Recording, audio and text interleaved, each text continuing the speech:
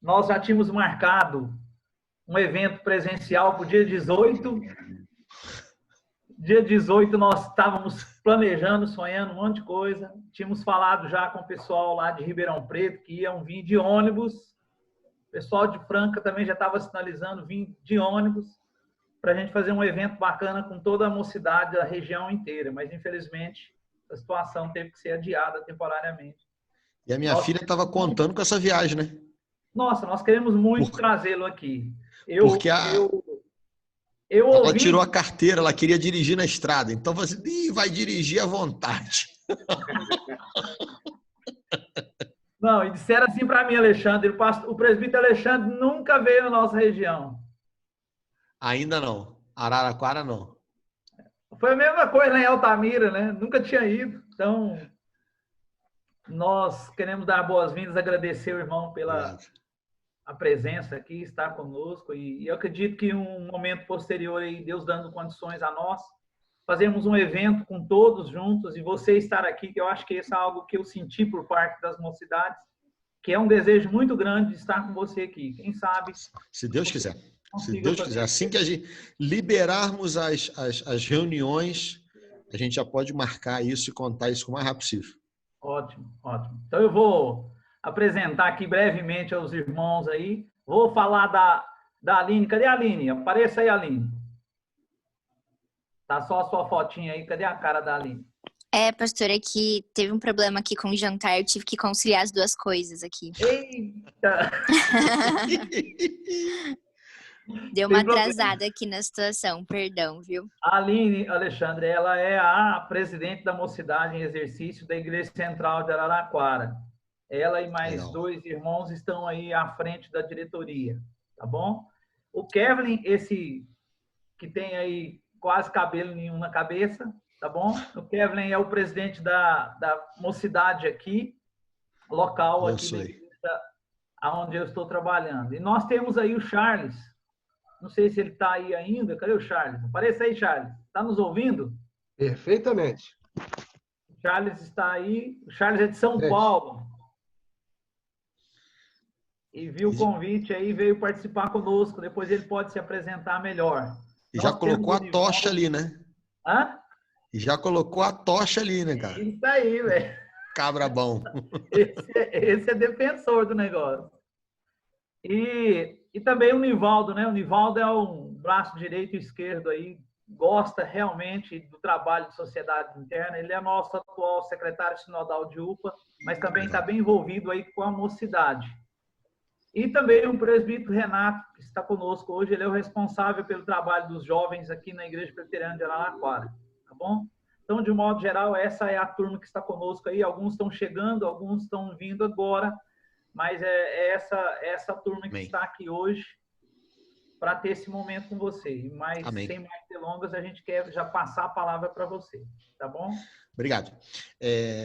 Fico muito feliz. Hoje está sendo um dia que eu vou falar que está uma bênção, né? Eu acho que vocês devem ter acompanhado, tá desde cedo as lives da igreja, né? E eu vou dizer que a gente tem um marco hoje, o que aconteceu até ontem e a nova forma de comunicação que a igreja começa a assumir.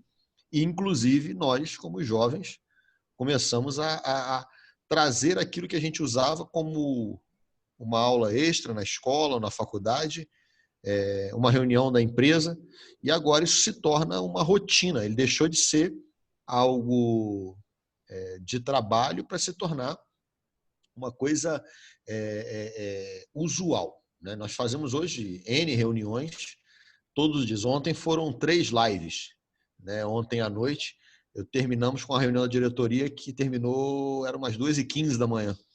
Eu já não aguentava, mas já balançava para um lado, para o outro, querendo já dormir. Mas essa é uma nova realidade, é o novo normal. E eu queria trazer para vocês 2 situações, né? Compartilhar e depois a gente pode perguntar e a gente pode conversar em cima disso. Primeira coisa, como lidar com a UMP no século XXI? Como animar os jovens, né? Como motivá-los para que possam contribuir e estar junto com a gente nesses tempos. E eu falo para vocês que a palavra é excelência. Eu vou pegar aqui um exemplo. Se você, de repente, o presidente da mocidade, como é que é o nome dele? Kevelin, K-E-V-L-I-N. Kevelin. O Kevelin tem hora que ele deve ficar super preocupado. Poxa, vamos montar uma programação, vamos bolar alguma coisa. Será que o povo vem? Será que eles vão acompanhar? Será que eles vão estar presentes? E aí, a primeira palavra que a gente vai fazer é excelência. A gente não precisa fazer muitas coisas, mas aquilo que nós fizermos tem que ser tão bom que o cara vai deixar de ir em outro lugar para ir lá. Isso tem que ser a grande toada que está acontecendo. Eu tenho ficado muito preocupado. O Eduardo sabe que há uns 5, 6 anos atrás eu já tinha compartilhado isso com ele e agora eu continuo compartilhando. Nós temos uma dificuldade muito grande de bons preletores. Bons que assim, o pastor pode ir embora para casa descansar, que ele sabe que está tranquilo o que está acontecendo ali. Isso era muito comum na história da igreja presbiteriana e está desaparecendo. Só que nós temos pessoas muito boas falando na igreja hoje. Então, quando nós reunimos a mocidade, essas pessoas que falam têm que ser as melhores. Nós temos que escolher a dedo para que, na hora que Kevin marcou a ação, e aí eu estou vendo aqui alguns, né? Vou aleatoriamente. Aí o Lucas vai sair de casa. O Lucas só vai sair de casa se aquilo for muito bom. Ele não vai sair de casa, é o de sempre. Se é o de sempre, hoje eu vou ficar vendo um filme que vai ter na televisão. De repente a Bárbara, poxa, vou sair de casa, mas vou sair de casa, vai ser fulano de tal falando novamente, vai ter aquela pizzazinha depois como sempre. E, de repente, a gente percebe que as pessoas se acostumaram tanto que ninguém mais se emociona ou dá valor àquilo que está acontecendo. Então, a excelência, ela se tornou a grande referência para o trabalho de juventude hoje. Tem que ser muito bom. E não precisa ser muitos, tem que ser poucos. Eu falo muito para federações e sinodais, eu falo que, às vezes, uma sinodal ela tem que fazer um evento por ano, ou 2, no máximo. Por quê? Porque todo mundo tem que ficar empolgado de ir naquele evento. A federação vai fazer 3 ou 4 eventos no ano. Por quê? Porque é tão legal ou tão bom que fica todo mundo querendo ir. Eu, às vezes, não concordo com a ideia de todo sábado, obrigatoriamente, ter uma atividade na igreja. Porque senão vira uma rotina. E aí, cadê aquela empolgação de estar na igreja?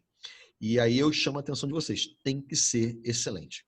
Vai fazer poucas coisas, mas elas são tão bem feitas que ninguém quer perder. E ela tem que ser divulgada, né? Você vai mandar o WhatsApp, você vai ligar para o camarada, você vai mandar um e-mail, você vai mandar uma mensagem, você vai mandar um SMS, né? Você vai ligar para o telefone residencial, se ainda tiver telefone residencial na casa do cara, porque já virou peça de museu. Então, todas as formas de divulgar, inclusive aquela assim, o Lucas está desanimado, dá um jeito, meu irmão, de você, como presidente da mocidade, pega o carro e passa na porta da casa do cara e recolhe ele. Não tem como ele fugir. O carro está na porta. Então, esse processo, ele tem que acontecer para que os jovens da igreja e da região confiem em vocês. Eduardo falou para mim que está havendo uma tentativa de revitalização com o trabalho de jovens em toda a região. E a gente acompanha daqui da capital, nós temos o MP São Paulo, que a gente tem mapeado quais são as sinodais organizadas e as federações. Aí é Sudoeste Paulista, Eduardo? Ou é Bauru? Aqui é Centro-Oeste Paulista, presbítero Alexandre. Qual que é o sínodo? É o sínodo do Oeste São Paulo. Oeste São Paulo? Tá. Então, a gente tem federações não organizadas no Oeste de São Paulo. Sim. Né? E aí a gente precisa de ter essa parceria para que a gente consiga trazer isso. Mas como é que o cara vai fazer? Ele tem que ver que é muito bom. Ele tem que entender que aquilo é excelente. Ele tem que entender que aquilo é gostoso. E o segundo ponto é: você gosta disso? Porque se vocês não gostam, você não vai levar ninguém no lugar que você não gosta.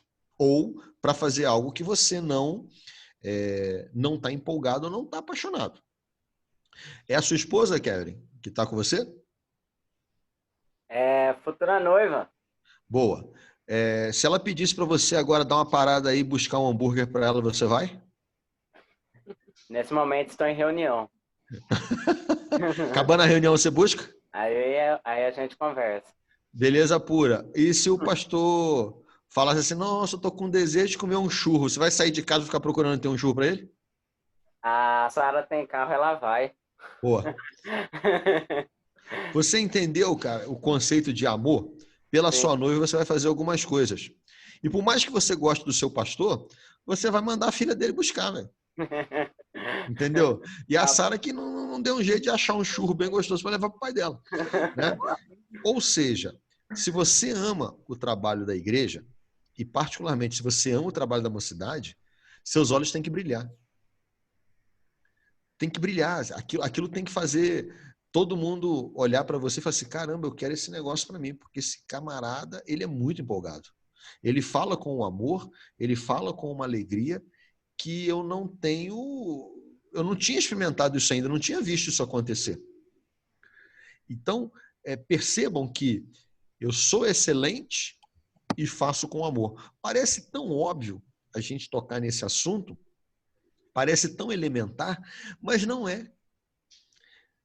Na quinta-feira, eu falei na igreja de Pinheiros, teve um trabalho essa semana sobre temas para a juventude, e um deles foi sobre a perda da ideologia, ou a perda de um ideal. E tá tudo tão, sei lá, tão sem graça nesse tempo que a gente não dá valor para mais nada. Ou aquilo vem tão fácil que você não valoriza, ou é tão inatingível que eu desisto e não quero alcançá-lo. Né? Então, por exemplo, já deixa aí o conselho para sua noiva. Né? Bota umas dificuldades para esse rapaz aí. Não, vai lá sim, pega o carro e vem buscar um hambúrguer para mim, porque eu quero comer o hambúrguer do Zé Tadeu. Mas o Zé Tadeu fica a 20 quilômetros. Amor, vai se acostumando, porque depois que a gente casar, cara, eu vou fazer você andar a 100. Então, ou seja, são desafios, e aí você fala assim: caramba, eu não vou buscar esse hambúrguer, não. Eu vou embora para casa. Aí você pensa: rapaz, a moça, ela gosta de mim, ela fala a verdade, é uma moça de caráter, é uma moça trabalhadora. Eu vou buscar esse hambúrguer nem que eu rode 40 quilômetros. Por quê? Porque vale tanto a pena que você faz o sacrifício. Isso é o amor pela igreja. Gente, eu falo para vocês, quem já me viu pregar, quando eu prego e falo da volta de Cristo, as lágrimas me vêm até os olhos, porque é a coisa que eu mais desejo. Eu anseio demais ver Jesus voltar. Eu anseio demais ver a volta de Cristo, sabe? Tem hora que eu fico viajando aqui em casa, as trombetas tocando, todo mundo vendo, né? E ao mesmo tempo, e não vai ser pela internet, porque vai ser sobrenatural, todo olho vai ver. Vai ser um dos maiores milagres da história. Como é que num planeta, e não é terra plana, porque não vai, na bola, é tão sobrenatural que a bola inteira vai ver simultaneamente em todos os lugares. Isso é a volta de Cristo, e eu creio que será assim. E aí quando você fala com convicção, quando você fala com amor, quando você fala com crença, quando você fala com empolgação, as pessoas falam assim: Jesus, Maranata. Quantas vezes, quando o pastor prega, você escuta alguém dar um glória a Deus, dar um aleluia na igreja presbiteriana. E não tem nada a ver com ser pentecostal, não. A gente fala porque nós queremos ver a volta de Cristo. Isso não significa de detalhes, não. Então, eu queria, de cara já, é uma coisa que eu ia falar no final, mas eu já vou falar agora. Ano que vem nós vamos fazer um evento à mocidade. vai ser o Encontro Nacional da Mocidade Presbiteriana. Vai ser no Espírito Santo, cidade de Aracruz. É um dos maiores SESCs que existe no Brasil.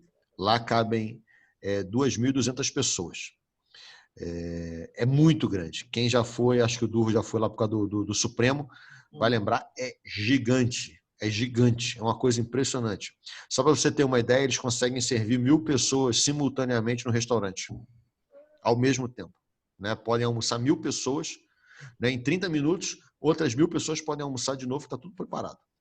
Então, lá vai ser o Encontro da Mocidade. Né? Eu estava conversando hoje eu falei isso na live da IPB, a gente planejou para 700, já estamos pensando em 1.400. Mas a minha ideia é que a gente chegue aos 2.000. Então, você imagina, quando que você participou de um evento com 2.000 jovens presbiterianos? Então, é um investimento para você fazer na sua vida. É um investimento para você gastar, né? Se programar, se organizar para investir em você. A Sara vai perguntar, pai, será que o pai vai deixar eu ir? Vai deixar. Qualquer pai fica super empolgado de saber que seus filhos vão para a igreja ou que vão para um acampamento. Oi? Papai tá vendo, né, pai? Tô vendo, minha filha. Eu ainda convidei esse homem para poder fazer essa campanha na sua cabeça, minha filha. Que absurdo. E aí, o que acontece? São jovens crentes, vários jovens do Brasil inteiro. Eu uso muito o exemplo da minha filha. Ela foi no na UPA, né? A idade dela, geralmente adolescente só consegue ir um na UPA na vida, né? Ela tem 21 anos hoje. Até hoje, eles conversam toda semana, os amigos do Naúpa. De vez em quando aparecem aqui em casa para dormir aqui, que eu nem sei quem que é. Ou eu estou viajando em algum lugar e falo assim, você é o pai da Clarice? Eu sou. Por quê? É aquele laço que surgiu num evento em que aqueles meninos foram profundamente abençoados. Então, é um investimento que você faz em você. Ah, Xandão, quanto é que custa esse negócio hoje? Ele custa R$600. Ah, mas como é que eu posso pagar? Você pode pagar em 12 vezes. Né? Se você pensar em pagar um evento com comida, almoço, café da manhã e janta por 3 dias no hotel, não dá, não. É muito barato nos dias de hoje. Se você for sair para poder fazer isso, vamos sair para comer um hambúrguer agora depois do culto, o quê? 25 para cada um por cabeça, né? O casal, como que está preparando para casar, são 50 conto. Né? Já foi, já ia falar assim, amor, não vamos lanchar não, R$50 ajuda o casamento, a viagem, né? E tal. E aí você vê como um casal que se preparando para casar pensa nisso. Cada R$40, cada R$50 faz efeito. Agora você imagina se você juntar R$50 por mês, né, e investir em você, na sua vida espiritual, eu acho que é um dos maiores investimentos que a gente pode fazer. Né? A mocidade da igreja tem caminhado bem. A mocidade em São Paulo, ela tem avançado. O trabalho no interior tem avançado em algumas regiões. Oposto aí de vocês, São José do Rio. Vocês estão mais perto de Ribeirão Preto, não é, Eduardo? 100 quilômetros de Ribeirão. Então, Ribeirão, essa região de Ribeirão é uma região que precisa de uma boa revitalização. A região de São José do Rio Preto, a gente deu uma sequência de visitas lá há 2 anos atrás e o pessoal está andando sozinho hoje. Então, quando o Eduardo tinha me falado, eu já tinha ajeitado com os meninos do MP São Paulo, a gente ia em 2 carros aqui da capital para poder oficina, material, rede de contato. A gente queria divulgar para vocês o máximo possível, né, todos os trabalhos. A gente ia mandar, os meninos do MP São Paulo iam mandar correspondência para o pessoal de Ribeirão e de Franca, para todo mundo ir para aí, né, para a gente agregar o máximo possível de gente. Então, quer dizer, isso aí tá em stand-by, porque assim que a gente marcar o presencial, nós vamos fazer isso, né, se Deus assim o permitir. Por quê? Porque quando vocês estiverem mais juntos, com mais gente, isso traz um vigor traz um apoio, traz um ânimo maior. Vou encerrar contando aqui uma história, antes da gente conversar e perguntas e bate-papo. O Renato deve estar aí nos escutando, é presbítero. Não sei se o Renato cresceu na IPB, da adolescência e juventude, né? Eu cresci adolescente e juventude e nós tínhamos um grupo de trabalho de amigos que éramos todos da mesma federação, né? 20, 21 anos de idade, e é a mesma galera que foi para a faculdade junto. Então, essa turma na faixa aí dos 20 até os 27, 28 anos, era a mesma turma da federação, era a turma que ia para o trabalho da BU na universidade, né? Era a turma que a gente tinha, o pessoal começou a namorar de uma igreja, de outra, e interessantíssimo, né? Uns 10, 15 anos depois, mais ou menos, 2006, 2007, isso, essa galera estava presente no presbitério. A gente teve uma das reuniões do presbitério, que foi um marco para a gente. Todos os presbíteros das 12 igrejas da cidade tinham sido presidentes da federação de jovens. Todo mundo passou pela federação de UMP. E nós fomos 3 anos seguidos, né? Até o pessoal, a gente cansou um pouco. Nós fomos uma diretoria no presbitério em que, por 3 anos, só presbíteros. Foram 3 anos que os 6 membros da mesa eram presbíteros, né? Eu fui presidente do presbitério esses 3 anos, né? Fui 6 anos, né? Foi 3 com esse grupo. O meu irmão foi secretário executivo do presbitério, por 6 anos, né? Junto comigo.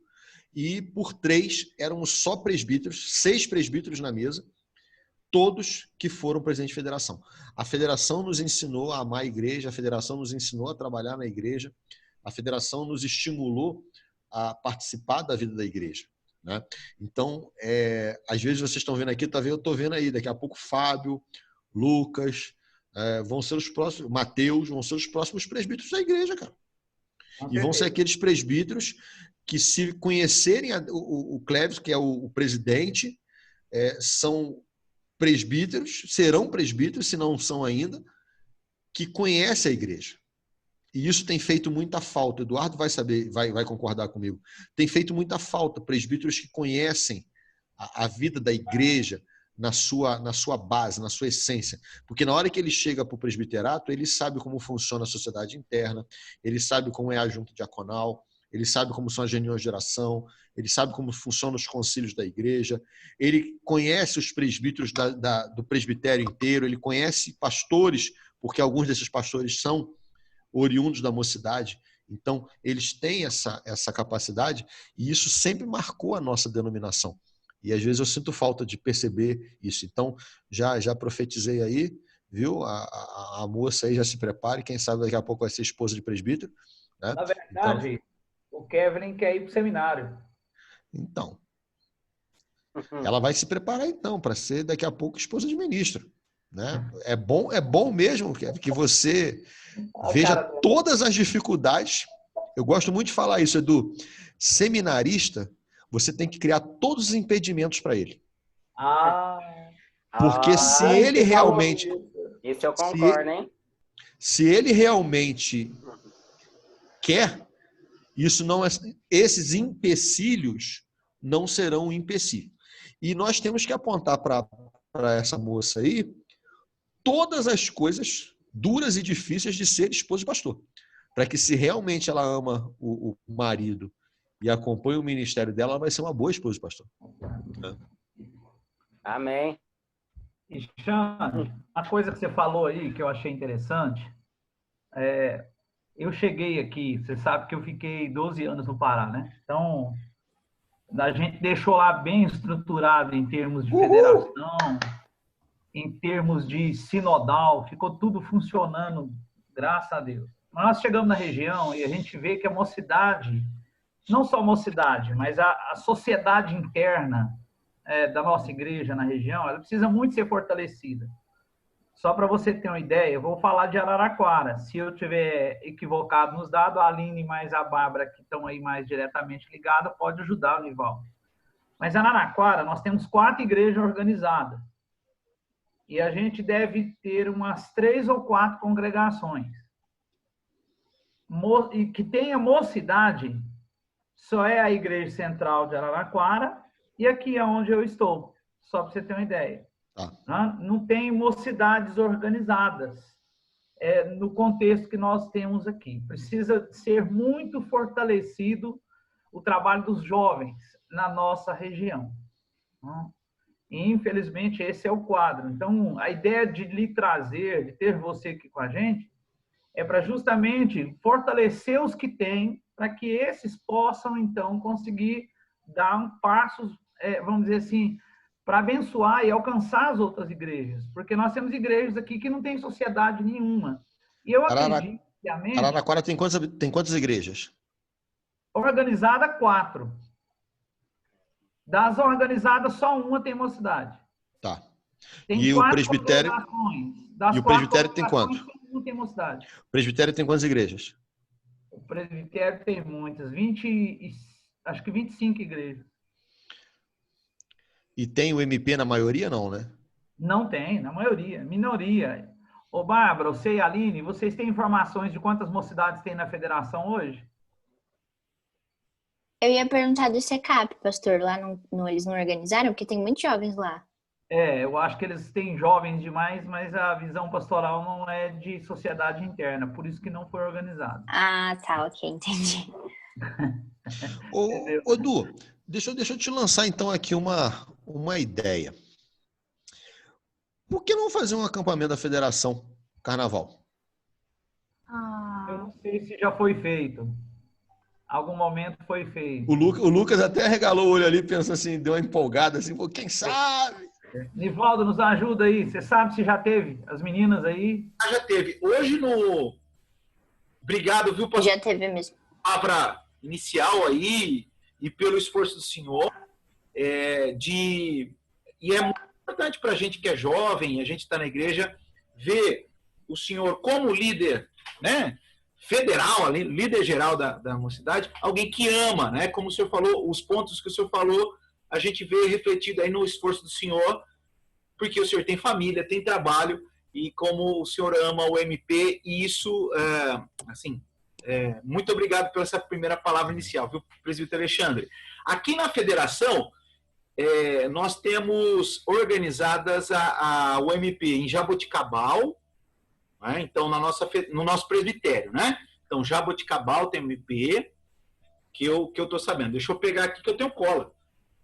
Que, inclusive, eu mandei convite para os meninos que a gente tem contato. Então, nós temos Jaboticabal, Barretos, Matão e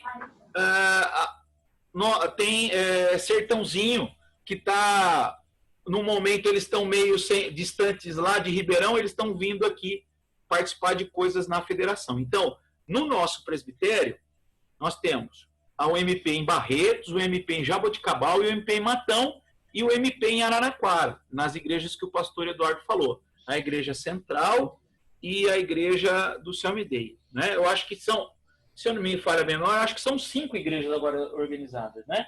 Com a quinta... 5 MPs organizadas num contexto de mais de 20 igrejas e congregações. Eu acho que já houve acampamento da federação já. Inclusive, a igreja, a UMP de Araraquara, sediou, foi em Araraquara alguns desses eventos. Até por ser uma igreja histórica, a federação sempre foi muito apoiada pela igreja central. Eu acho que houve, sim, esse acampamento da federação, mas sempre com esse núcleo aí, né? O núcleo do acampamento da federação tem girado mais em torno das UMPs que são organizadas, né? Então, muito contato com o pessoal de Jaboticabal, com o pessoal de Matão, com o pessoal de Barretos. Lá em Barretos tem 2, 3 UMPs organizadas lá em Barretos. Então, eu acho que do perfil deste passo, eu acho que é assim. Mas aí, aproveitando que eu acho que agora é um feedback de perguntas e respostas, presbítero Alexandre, se o senhor permitir, uma coisa que, por exemplo, para nós, essa ideia, a identidade da própria igreja. Eu acho que nós temos dificuldade, não dificuldade, surgiu uma dificuldade no momento de ter uma identidade, a gente saber o que é. A ideia, assim, da instituição, da visão, da nossa cosmovisão teológica calvinista, mas do sistema presbiteriano, e esse sistema presbiteriano não ser um negócio chato, ruim ou pejorativo. Então, acho que nos últimos momentos, talvez, né, na verdade, uma pergunta, como fazer para nós buscarmos restabelecer essa identidade presbiteriana? Então, não sei se está claro a minha pergunta. Sim. Entender que toda essa organização presbiteriana não é um negócio chato, que a ideia de nós mantermos aí uma instituição ao longo desse tempo no Brasil, e hoje o tema da live, inclusive, é reinventando, né? Então, eu acho que nos últimos anos, talvez, nós tenhamos desapegado um pouco da identidade presbiteriana, e eu falo em relação a ser jovem, e de entender que isso não é um negócio, puxa, que negócio chato, que coisa estrutural, que instituição. Sim. Então, como, já perguntando, se o senhor me permitir, como a gente pode, então, revitalizar os nossos trabalhos locais, junto com as lideranças locais, para desenvolver essa identidade e ter esse passo? O Nivaldo, há alguns anos atrás, a gente trabalhava muito, de uma forma muito mais burocrática, usando um roteiro de trabalho que era o Manual Unificado das Sociedades Internas. Eu sou da época que eu peguei o manual da UMP. A UMP tinha o seu manual, a SAF tinha o seu, a UPH tinha o seu, e os adolescentes tinham o dele. E aí, na década de 90, unificou tudo, formando um manual único que governaria as sociedades internas. Muita gente depois, né, final da década de 90, início de 2000, muita gente começou a falar no Brasil que esse tipo de situação emperrava a UMP, emperrava a igreja e que havia uma nova realidade. O que me chama a atenção quando eu olho para trás, para a história, é que aquelas lideranças que acabaram com o trabalho de mocidade não colocaram nada no lugar. E muitos deles foram embora para outras cidades, outros presbitérios, e ficou desfeito o que existia e sem ter colocado nada no lugar. Eu ontem relembrei numa live para alguns líderes que o grande diferencial para que a mocidade esteja bem é o pastor e o conselho. Tem que ter pastores e presbíteros que entendem que as sociedades internas fazem parte da vida da igreja presbiteriana. Ponto número 1. Segundo, é inadmissível um pastor e um presbítero falarem que a mocidade, o trabalho das cidades internas é burocrático. Por quê? Porque todo o trabalho do conselho, todo o trabalho do presbitério é burocrático. Então, aquele pastor e aquele presbítero participam de uma denominação que tem essa característica. Isso faz parte do DNA. Isso faz parte da realidade. Então, é um tipo de argumento nulo. Por quê? Porque se o pastor fala que a UMP é burocrática, ele tem que falar assim, peraí, então, como é que seu conselho funciona? Como é que vocês prestam contas à Receita Federal? Como é que vocês vão ao cartório? Como é que registra a ata? Como é que apresenta documentos ao presbitério? Como é que faz eleição pastoral? Como é que faz eleição de presbíteros? Como é que determina as sociedades, os ministérios da igreja? Como é que acompanha a movimentação financeira? Peraí, tudo na igreja é burocrático. Tudo tem a tomar decisões. Então, esse argumento ele não serve, né, para isso. Oi. E quando os próprios jovens acham que é essa burocracia que impede? Aí você começa a mostrar para eles, por exemplo, Aline, você já fez uma ata na vida? Já fiz com uma de modelo, então eu só basicamente mudei alguns dados. Tudo bem, mas você sabe o que é uma ata? Sim. Ok. Bárbara, você sabe o que é uma ata? Sei, mas nunca fiz. Tudo bem. Mas se você pegar, se eu te desse o modelo, você sabe como é que faria uma ata. Sim. Se não tivesse ninguém aqui na sala e eu pedisse para você fazer uma ata, você conseguiria rabiscar alguma coisa aí, certo ou errado? Sim. Vocês duas têm uma chance gigantesca de estarem empregadas daqui a 3 anos. Ou seja, a sociedade externa cobra da juventude determinadas capacidades gerenciais que as sociedades internas apresentam. Então, você chama a atenção de alguns jovens e fala para eles, olha, meu irmão, quando você for trabalhar, você é liderado por uma equipe, não é como você quer fazer. Segundo, existem regras, normas, protocolos de trabalho em qualquer empresa, escritório ou qualquer lugar que você for trabalhar. Você não trabalha da sua cabeça. Então, talvez a gente precise, reverendo Eduardo, conectar novamente para a juventude e mostrar que a igreja não prepara não só no plano espiritual, mas no plano empresarial, acadêmico, profissional, porque são necessidades que existem para a sociedade. Né? São necessidades que a parte dos jovens perderam a noção de que isso é necessário para o emprego. Né? Nós fizemos um conjunto de entrevistas outro dia para professores, não aqui, eu ainda morava lá em Minas antes de mudar aqui para São Paulo, e a gente não contratou nenhum professor. Iam demitir o rapaz, resolveram levar ele para uma sala fechada e dar-lhe uma bronca daquelas assim, homéricas mesmo, daquelas com tapa na mesa e tudo, porque era melhor perder a cabeça com o rapaz e dar uma bronca nele do que tentar contratar alguém. A gente não conseguiu contratar. Não tinha como trazer outra pessoa. Então, esses parâmetros que a gente fala nas sociedades internas, exemplo, quando você monta uma diretoria, o tesoureiro que sabe fazer um livro caixa, que sabe fazer um controle de entrada e saída, que sabe fazer um relatório com prestação de contas, ele vai trabalhar em vários locais que necessitam que ele faça isso. Um presidente, um vice-presidente que dirige uma reunião, que monte uma pauta, que faça um projeto de trabalho, uma agenda de trabalho, ele é uma característica extremamente necessária para alguém gerenciar ou participar de uma equipe de trabalho. Então, eu não consigo imaginar um jovem moderno não querer, desde cedo, já aprender como é que isso funciona. Talvez seja a hora da gente mostrar que essa realidade existe, que ela é preeminente. Mas só para fechar aqui com o Nivaldo, aí, Nivaldo, hoje nós temos um guia de trabalho das sociedades internas. Por exemplo, no guia hoje, a gente fala que se fizer 2 plenárias está resolvido. Quer dizer, pode fazer uma plenária de início de ano, uma plenária de final de ano que registrou, o conselho pode aprovar. Nós mudamos de livro de atas para...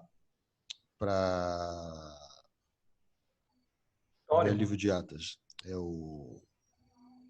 rapaz, olha a idade chegando. Né? É um manual de procedimentos. Eu esqueci, daqui a pouco eu vou lembrar no nome e eu vou conseguir lembrar. Então, troca-se o livro de atas por uma nova forma de apresentar a parte legal. Eu estou até com o guia de trabalho aberto aqui, eu acho que eu consigo olhar nele, né? Registro de atos. Em vez de ser livro de atas, passa a ser chamado de registro de atos. Bem sucinto, que é o que empresas hoje têm feito. Então, nós estamos, inclusive, antenados com as primeiras formas, as formas mais recentes de registro de ações. Né? Então, Nivaldo, é fazer a moçada trabalhar e entender que não é burocrático. É justamente o contrário. Né? Tem um efeito poderoso na vida das pessoas, inclusive na sua vida secular. Obrigado, presbítero, pela resposta. Obrigado, viu? Eu não sei, pastor Eduardo, como o senhor vai comandar esse andamento agora? Eu queria só fazer... Eu queria pegar um gancho, Alexandre. Acho que é importante na leitura que o Nivaldo fez, depois a gente deixa os irmãos perguntarem, mas quero pegar um gancho, porque tem a ver diretamente. Eu entendi a pergunta do Nivaldo, acho que a visão que eu tenho é que falta identidade como MP na região.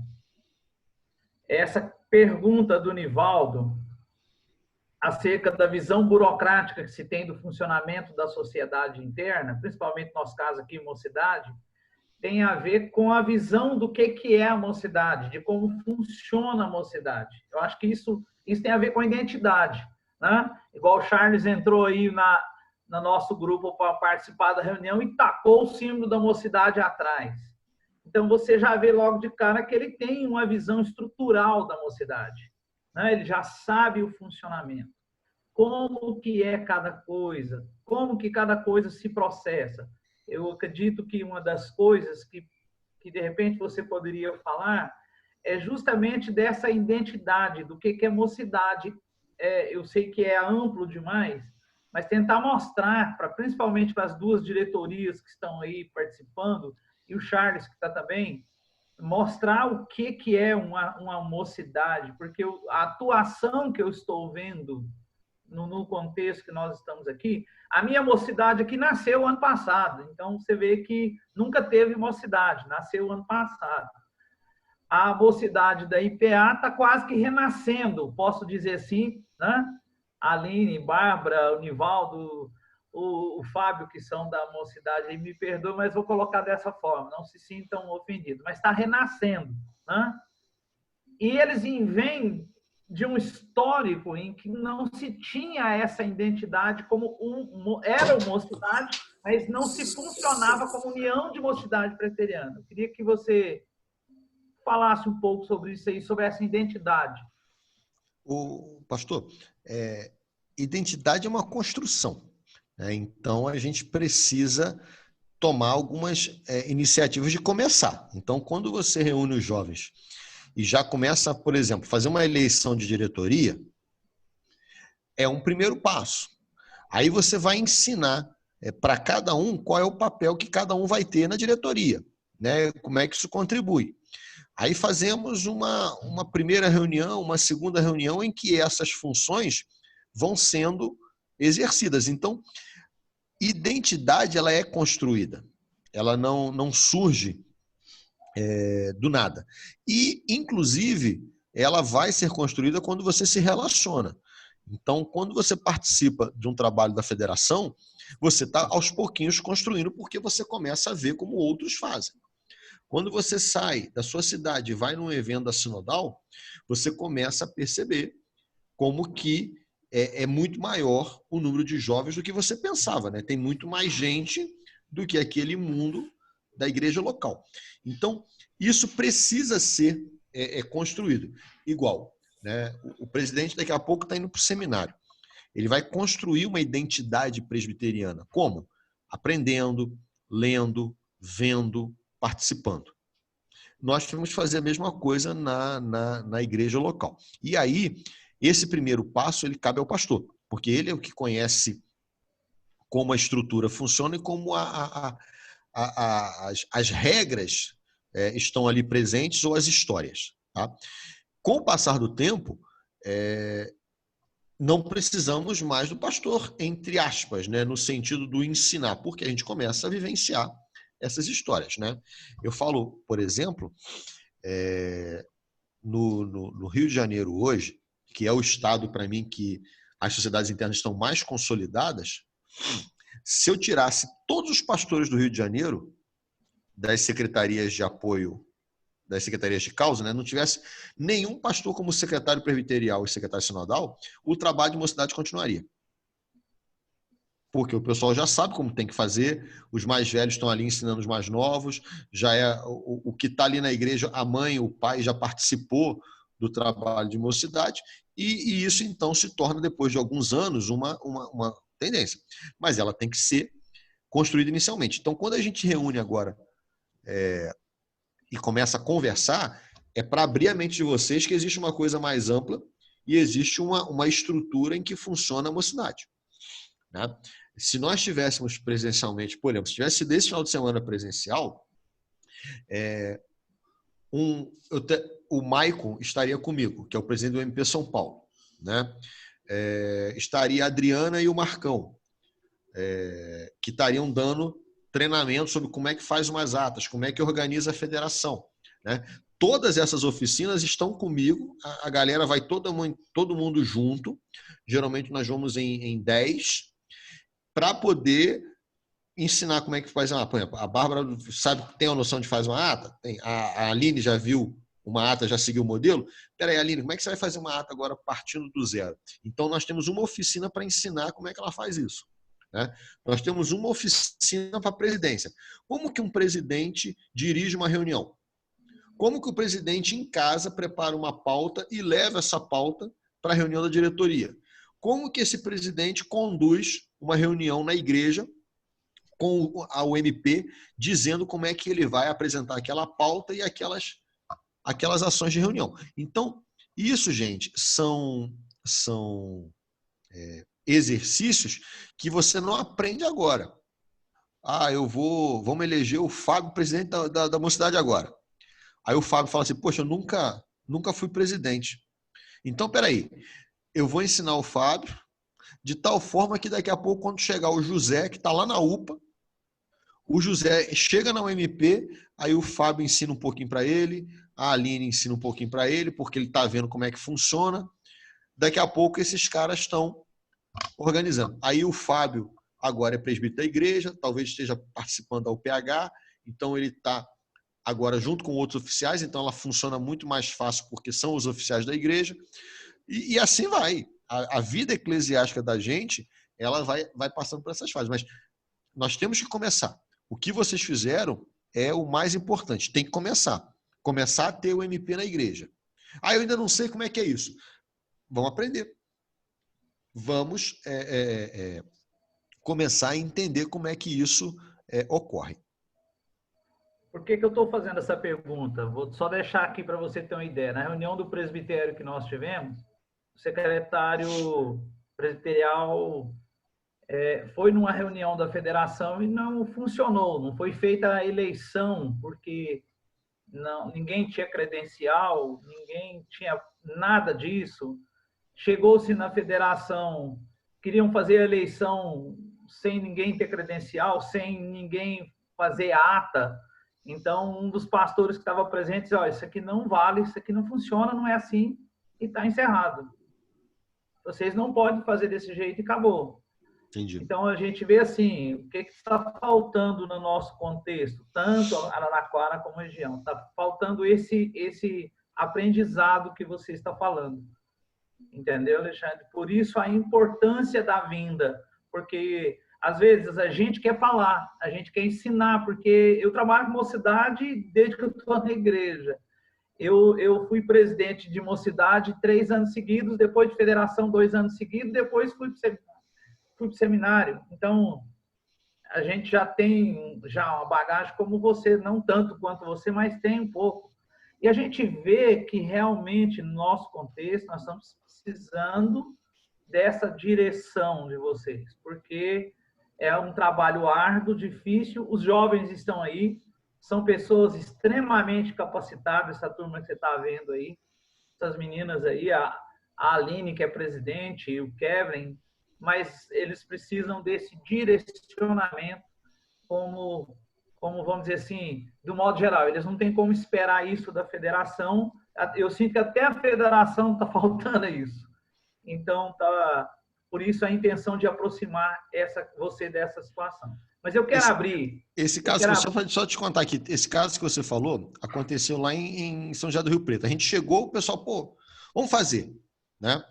Aí temos que fazer a credencial. Aí o presidente do Sínodo foi que me convidou para ir lá. E eu pedi ele que ele passasse amanhã com a gente, né? Então ele levou quase que a CE inteira do Sínodo presente. Não tem credencial. Eu falei, então, peraí. Vocês estão vendo ali, tem 6 pastores. Vocês, então, vão preencher as credenciais e vão levar para eles assinarem quem é de cada região ou quem conhece. Aí eu fui explicar. Gente, a credencial é uma forma de não chegar um doido dizendo que é quem não é, né? Então, ela me diz que aquele jovem é da igreja X, que ele é membro daquela mocidade, que o pastor da igreja referendou a presença dele, e aí ele pode participar ali com a gente. Então, aí você... Agora, vamos lá. Temos as credenciais. Como é que faz uma comissão? Então, foi um dia de coisas elementares para trazer essa situação. Eu acho que é isso que a gente vai fazer. A primeira vez que a gente vem em Araraquara, a primeira coisa que nós vamos fazer é tentar fazer isso. Mas é isso aí. Pergunta aí, gente, o que vocês quiserem.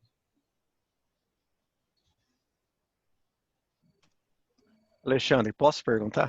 Claro que deve Beleza. perguntar. Alexandre, eu acho que assim, o grande problema que a gente enfrenta com relação à organização das sociedades internas, como o reverendo Eduardo falou, como você está falando, é que a maioria dos presbiterianos não consegue entender que o nosso sistema não é episcopal, que o nosso sistema ele é totalmente conciliar. Exatamente. Aí eles acham, né, na cabeça deles que assim, o pastor manda para o presidente. Aí o presidente decide arbitrariamente, não comunica o restante. Aí já vira uma bola de neve. Então Sim. falta, né, a gente começar a entender qual é a lógica presbiteriana e não pensar como uma lógica centralizadora, como é, por exemplo, o caso de igrejas que têm essa orientação episcopal. Eu queria saber da sua opinião sobre isso. O que a gente pode falar para pessoas que vêm de uma outra denominação, que tem uma outra visão, né? Que não conseguem conceber exatamente isso que você está falando aí, que é essa parte de trabalhar com sociedade interna. Como que a gente explica para esses jovens que estão chegando, sem de fato dizer que eles estão errados, mas de uma maneira a explicar tudo isso que você está falando aqui? O Fábio, a primeira coisa, cara, é apontar o funcionamento da igreja local. Porque se você parar e pensar, a igreja local, as sociedades internas, elas acompanham toda a estrutura da igreja local. Então, na igreja local, você tem o pastor, que é o presidente do conselho, você tem um presbítero, que é o vice-presidente, você tem um secretário de atas no conselho, você tem um tesoureiro no conselho. Então, você começa a mostrar para esse jovem, olha, essa igreja que você veio, lá nos bastidores, né, quando eles estão reunidos, eles funcionam assim.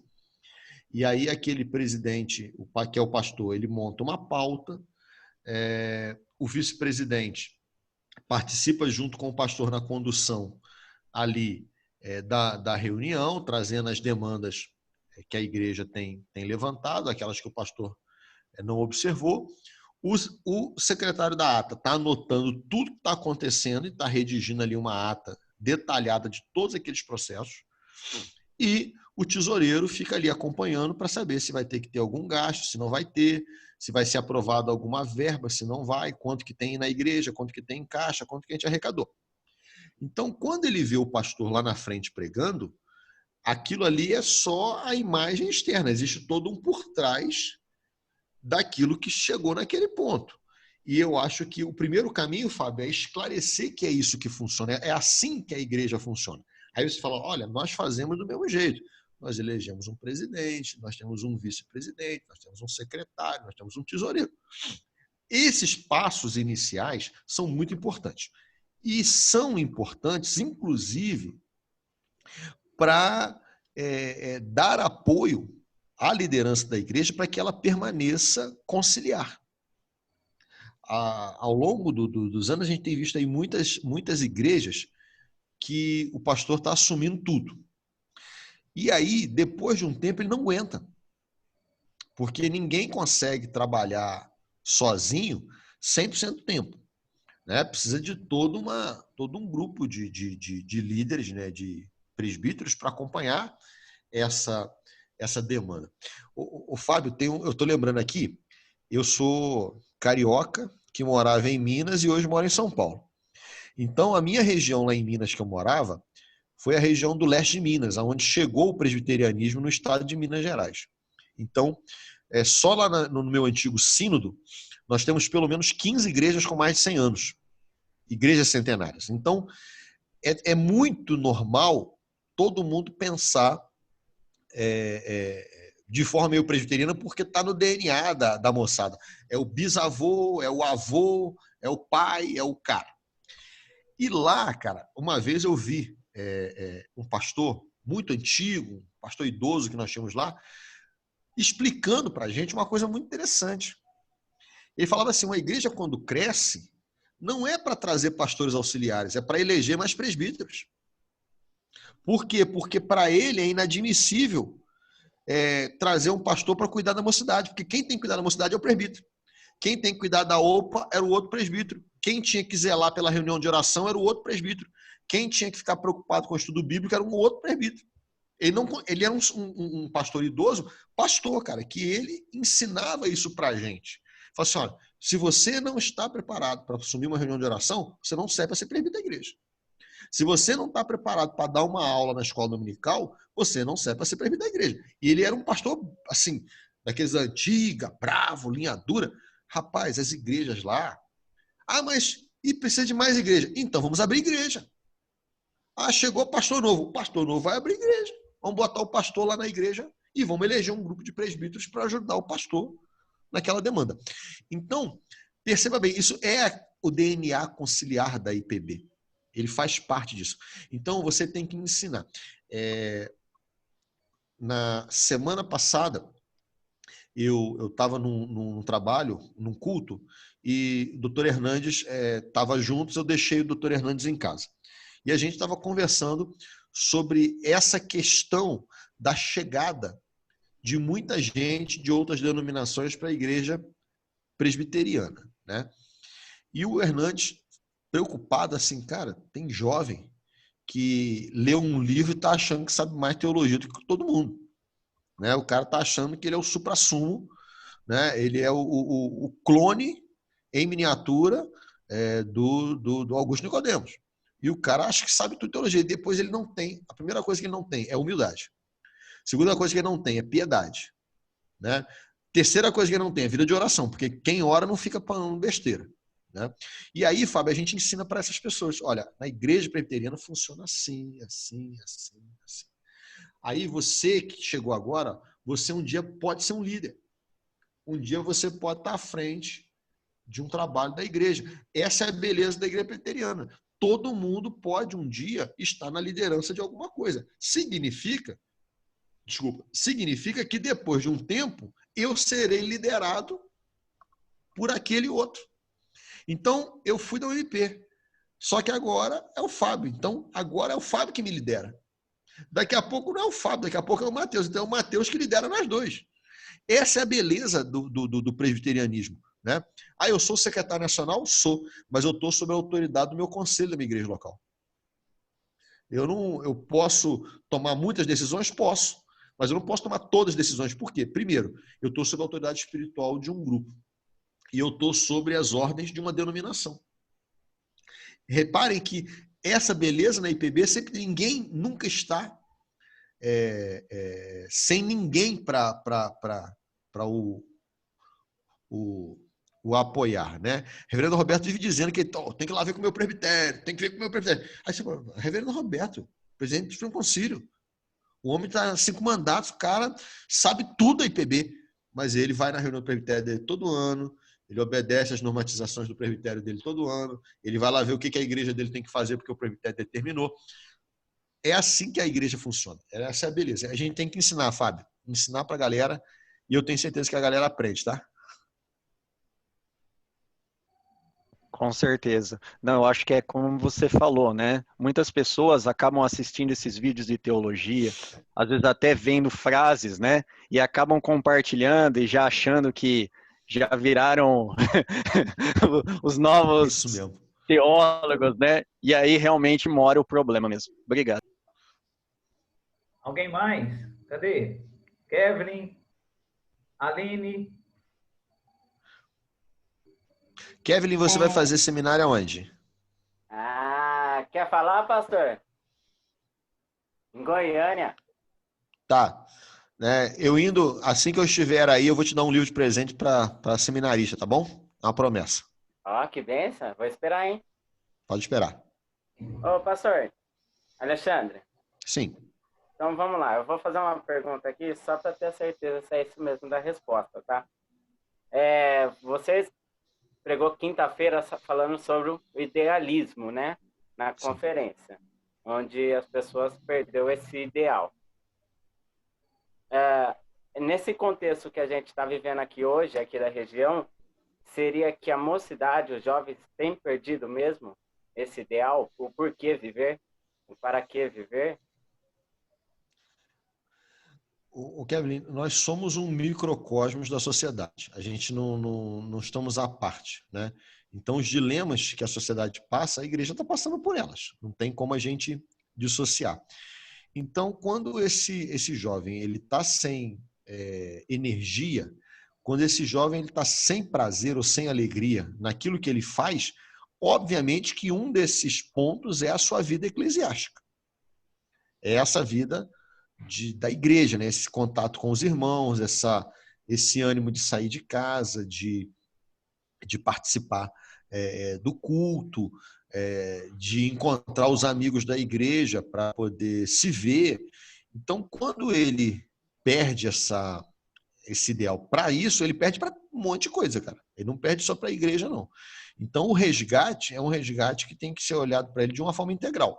A gente tem que fazê-lo enxergar que determinadas coisas são difíceis, não são tão simples quanto ele pensa, né? Que algumas decisões na vida trazem consequências e demandas, e que isso faz parte da vida, né? Vai ter 50% de derrotas e 50% de vitórias, né? Nem sempre vai dar tudo certo, né? Muitas vezes vai dar tudo errado, né? Vai ter vez que pode ficar desempregado, vai morrer alguém da família. São realidades no mundo. E mostrar para esse jovem que ele tem que estar atento para essa realidade. Certo. Então, de forma prática, o ponto de partida seria esses 2 pontos que você falou para nós, né? E agora Excelência. me fugiu da cabeça. Me relembra, por favor? Excelência. É isso. Né? Você vai fazer sempre tudo com o quê? Com excelência, para que isso traga improvisação, e vai fazer com amor, né? Excelência e amor. Certo. O Kevin, tem um livro que me marcou muito quando eu era, vamos dizer assim, pós-adolescente, na minha virada dos 18 para os 19 anos, chamava-se O Discípulo, de um pastor argentino chamado Juan Carlos Ortiz. E esse livro, eu tenho ele aqui na minha casa até hoje, né? Um livretinho da editora Betânia, que já faliu, não existe mais, ela pertencia à Igreja Batista. E ele falava da história do rapaz da igreja dele, que o pastor chamava ele toda semana para ir na reunião. Pô, vamos na reunião? Eu não posso, pastor, estou sem tempo. Ah, vamos na reunião de oração. Eu não posso, pastor, estou sem tempo, não dá, não tem condição. Oh, vamos no grupo de jovens. Eu não posso, pastor. E até que um dia esse rapaz arrumou uma namorada e passou a namorar 3 vezes por semana. Ele achou tempo. O que era isso, né? O que você valoriza? E aí ele descreve depois um texto, né, várias páginas sobre isso. Você faz aquilo que você valoriza. Você se empolga com aquilo que você valoriza.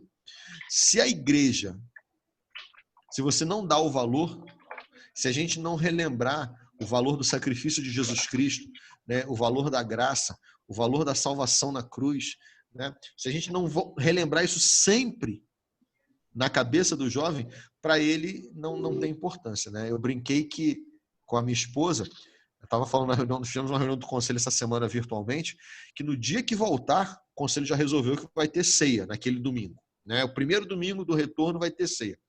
E eu já falei assim, eu vou ter que levar uns 3 lenços, porque eu vou chorar o domingo inteiro. Por quê? Porque eu estou celebrando o sacrifício de Cristo, eu estou lembrando o corpo transpassado por mim e o sangue que perdoou os meus pecados. É a coisa mais fantástica e mais sobrenatural da história da humanidade. E aí eu vou poder relembrar aquilo com a minha comunidade, com a minha igreja, com os meus irmãos, a gente vai estar junto de novo. Eu já falei assim, eu vou chorar o domingo inteiro, de alegria, sabe, por esse espaço. Aí você pensa, e aqueles nossos irmãos na China que estão há 1 ano sem tomar ceia?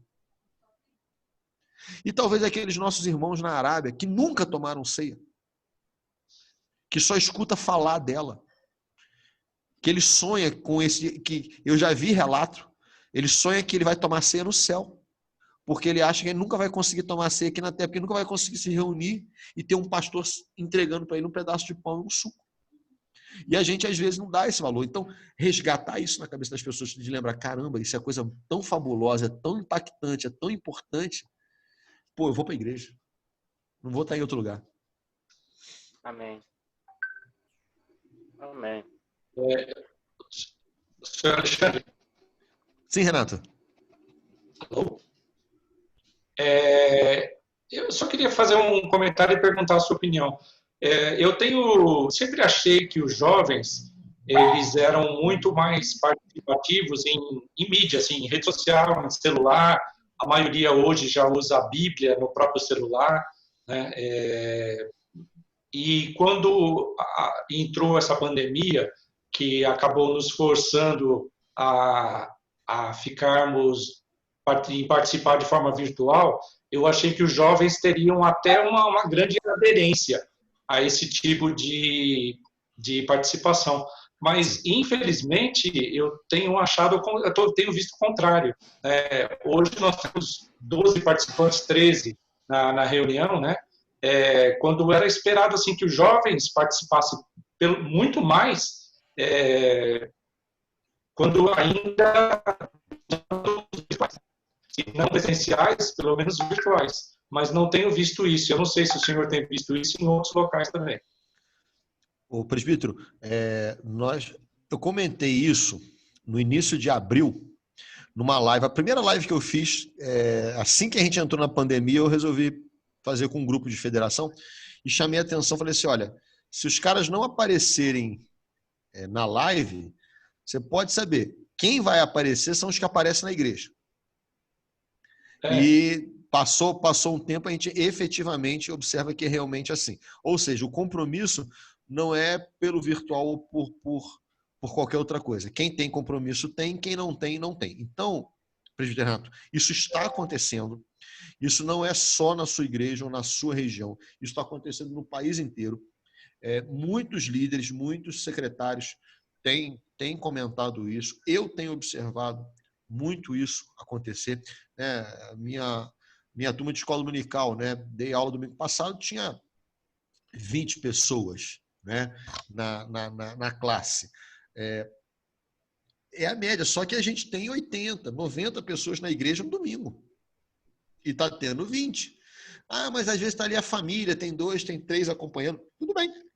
Mas ainda assim não é a todos. Eu acho que a pandemia também permite a gente relembrar quem é o remanescente fiel. Isso traz para a gente um conforto muito grande, nós como líderes da igreja, de saber, o José não participava das lives. Ele está fraco. Então, eu já sei quem é a primeira pessoa que eu vou visitar assim que eu puder, como presbítero da igreja, como pastor da igreja, né? Para quem eu vou orar. Eu acho que a gente vai ter que fazer um grande trabalho de resgate nos próximos meses, né? Porque agora a gente vai poder ver quem realmente a gente percebeu ao longo, porque às vezes na nossa dinâmica, né, Renato? Às vezes a gente trabalha tanto como presbítero, a gente às vezes não consegue fazer todo aquele acompanhamento que a gente gostaria de fazer. Agora, no virtual, a gente está vendo. Olha, já sei quem eu vou visitar, já sei quem que eu estou preocupado, já sei quem é aquele que está precisando desse apoio pastoral. Eu acho que isso vai emergir e nos permitir enxergar isso melhor.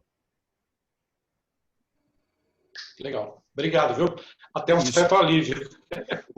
Mas a gente vai orando e pedindo a Deus. Eu lembro alívio muito, né? Alívio de um lado e pelo de outro, porque a gente sabe que a maioria dos jovens ainda não tem esse compromisso. A gente só não pode ficar como Elias, né? Deprimido, só sobrou eu, só tenho eu, Senhor. E de repente Deus dá aqueles 2 bufetões em Elias e fala assim: olha, meu irmão, tem mais outros 7.000, cara, igual você. Quer dizer, tem um remanescente fiel, presbítero Renato, que está aí, que está preocupado com a igreja, que tem orado, que tem lido a Bíblia, que tem feito a sua devocional. E em nome de Jesus, que o Espírito Santo anime muita gente nos próximos meses. Amém. Está ouvindo, né, Kevin? A Bárbara queria fazer uma pergunta? Eu não. Ah, tá bom. Aline, quer não? Tava ouvindo aqui tudo que vocês estavam colocando, pontuando e refletindo sobre algumas coisas, mas ainda voltando naquele assunto, né, de perdermos a nossa identidade enquanto igreja presbiteriana, eu acredito muito que a UMP de Araraquara, da Central, pelo menos, passou por pontos e situações pontuais mesmo, peculiares, que enfraqueceram a nossa sociedade interna ao longo desse tempo. E a nossa igreja centenária, né? A gente completa 141 anos e muita coisa foi feita, né? O Nivas está aqui, o Nivaldo, e ele teve uma juventude com os irmãos, com os colegas dele de UMP e outras pessoas antes dele, e até chegar em nós. E nesses últimos períodos, né? Eu que pude estar na igreja nesse tempo, acho que a Bárbara também pode concordar comigo, e essa separação, talvez, de pastores específicos para nós e um pouco de distanciamento, talvez, com a liderança pastoral em si. Enfim, várias coisas que, se eu ficar apontando aqui, talvez não venha ao caso. Mas eu acredito que não é que a gente está começando o trabalho agora, muita coisa já foi feita. A gente só precisa se realinhar, se readequar e partir desse princípio que a gente quer deixar um legado diferente para a UPA que está chegando agora, para que isso não aconteça, para que, como o pastor disse, independente de uma liderança, que tivemos alguns problemas nos últimos tempos, a gente possa ser esse grupo e essa sociedade que faz, que é ativa e para a glória do Senhor, né? Para que o reino seja estabelecido, para que pessoas na nossa cidade que precisam da voz da igreja, elas sejam atendidas, enfim. Não tem nenhuma pergunta específica, mas fiquei pensando em tudo que vocês falaram. Obrigada. Aline, isso é interessante, porque olha como é que a palavra é conselheiro, né? O conselho indica um membro do conselho para ser o conselheiro da sociedade interna. Ele não é a sociedade interna e não é para ele fazer. Quando um pastor ou um presbítero assume essa função, ele deixa de ensinar e de treinar a liderança para fazer. Então, quando eu vejo igrejas que têm o pastor de jovens, tem que tomar muito cuidado para o pastor de jovens não ser o presidente da UMP. Se ele quer forjar uma mocidade com o DNA presbiteriano, ele tem que tomar muito cuidado com isso. Ele é o pastor, ele é o orientador, o grande conselheiro, o que ajuda a tirar as dúvidas teológicas, né?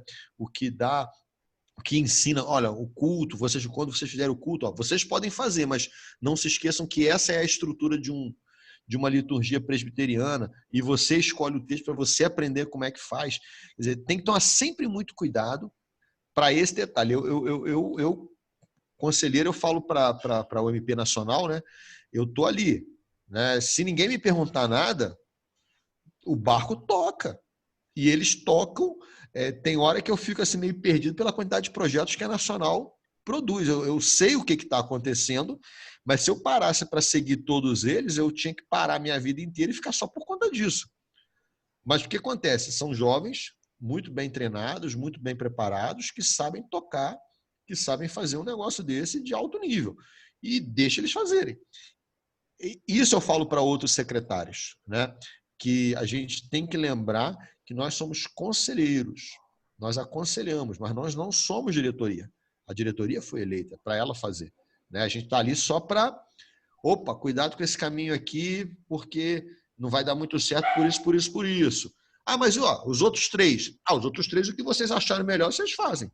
Esse número 4 aqui não é bom fazer não, né? Porque pode dar problema. Então é assim que a gente caminha, né? Parabéns. Alexandre, eu estava lembrando de uma coisa que falou no começo da live, que a vida, né, o exercício das funções acaba facilitando muito na vida prática, no trabalho, isso é realmente verdade, né?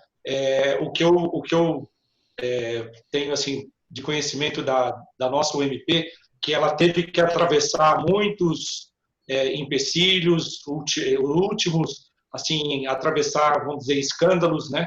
Como a própria Bíblia diz, que é inevitável que os escândalos venham, mas ai daqueles por quem vêm os escândalos, né? Exatamente. Infelizmente, a UMP atravessou momentos difíceis, ela está se recuperando, né? Eu lembro que na minha mocidade, isso lá em 79, o nosso líder da mocidade morreu de overdose. Aí ficou explicado porque que ele só usava a manga comprida. De tal calor que fosse, ele estava sempre de manga comprida. Aí, isso eu não posso esconder que foi um choque. Hoje nós temos irmãos daquela época que estão afastados da igreja. Talvez a raiz ainda seja nisso, né? No choque que foi esse fato. Mas, infelizmente, nem sempre tem bons testemunhos, né? A partir da liderança. E aí a gente começa a sofrer desgastes, perdas, infelizmente. Sim. Orar e pedir para Deus renovar a gente. Não olhar para esses exemplos, olhar para os bons exemplos, né? Ok. Alexandre, você tem a data do evento do ano que vem já? 3, 4, 5 e 6 de junho. É o famoso feriado do Corpus Christi. Você já tem os preços, os valores, as inscrições? Tudo no site. Hoje a inscrição é em R$600, né? Agora, seria interessante, porque a hora que a gente estava aqui conversando aqui, eu mandei uma mensagem. O Júnior, ele é o presidente da Sinodal Bauru. Talvez seja a Sinodal do lado da de vocês aí, né? E eles estão pensando em organizar um ônibus para ir para lá. O pessoal da capital chegou a aventar a hipótese a Thalita ainda está com essa ideia, que é uma jovem, uma líder aqui da capital, de fretar um voo para sair do aeroporto de Guarulhos num voo fretado, né? E esse voo fretado ele fica num preço muito baixo para os individualmente, a gente lotaria o voo, né? Mas eu sei que o Júnior está organizando para sair um ônibus daí da região de Bauru. Então, de repente, pode começar a contar, depois você me lembra, eu te mando o contato dele, né? Que de repente, às vezes, tem 4, 5.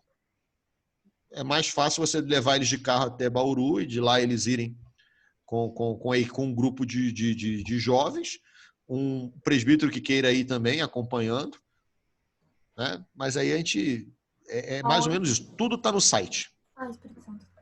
Tá? Tudo está lá no site mocidadespresbiteriana.com.br. Tem todas as links, preços, todos os detalhes, preletores. Pode ser feito, então, já tem inscrição. Já tem inscrição.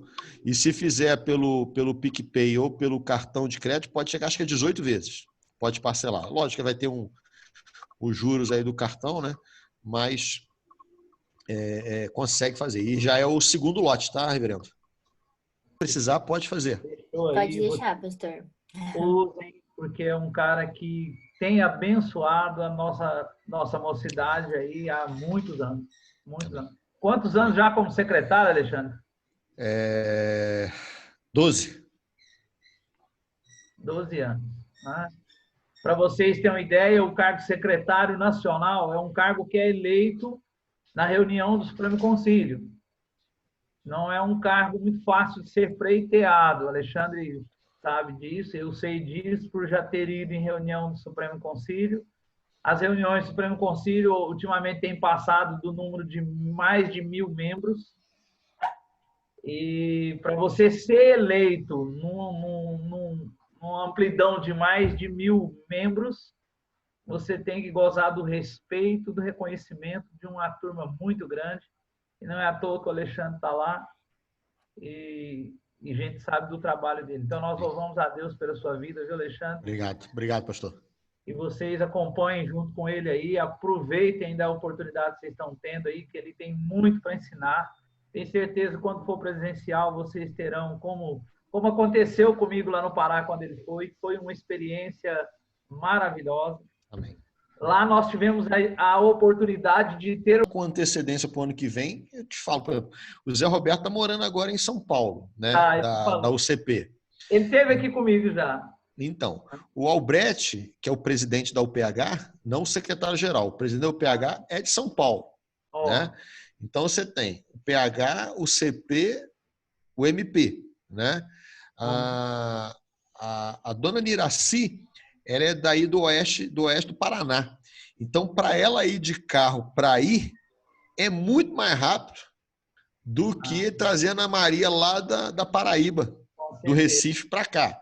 Né? Então, quer dizer, SAF também está resolvido. A gente só tem que trazer alguém da UPA. Só o Wesley que está longe, né? O Wesley é de casa. Quem sabe? Vamos sonhar, quem sabe? Lá e vocês estão convidados. Vai ter uma live segunda-feira com os 3 secretários gerais, né? Eu, o Esdras e o Zé Roberto, segunda-feira, 8 horas da noite. Não, a de hoje foi muito boa. A de hoje foi 10. Amém. Renato, que mais uma vez nos ajudou aí. Mas é tudo... O presidente sabe como que é andar, né? Ter a oportunidade de servir com a UPA e você vai andando, Congresso Nacional, Encontro Regional Sudeste... Vai, é assim mesmo. É assim mesmo. Ele já saiu da UPA, mas a UPA não saiu dele, viu? Ah, deixa o menino aí, rapaz. Deixa ele com a UPA. Então, quero agradecer o Nivaldo também, tá bom? Os presidentes aí. Aqui, privilégio, porque a Aline e a Bárbara são pessoas que serviram a UPA, a gente teve a oportunidade de servir junto, que, como a Aline falou, são âncoras da juventude e para os adolescentes, né? A Bia é irmã da Bárbara, a Bia está até aqui na sala, a Bia é da diretoria da UPA, então a Aline e a Bárbara falam em nome delas, representando essa história desses últimos anos, são âncoras, assim, pessoas que a gente se inspira, além de serem amigas, né? Mas são líderes que vêm sido âncoras para a igreja local, né? Para a nossa igreja local, que inclusive é motivo desse evento, 141 anos. Eu sempre gosto de uma placa, viu, Alexandre, que tem na igreja, que começou em Araraquara, né? A Associação Cristã de Moços. Né? Então, tem uma placa histórica da Associação Cristã de Moços. Muito tempo. Que barato, cara. Legal, é gostoso escutar essas histórias.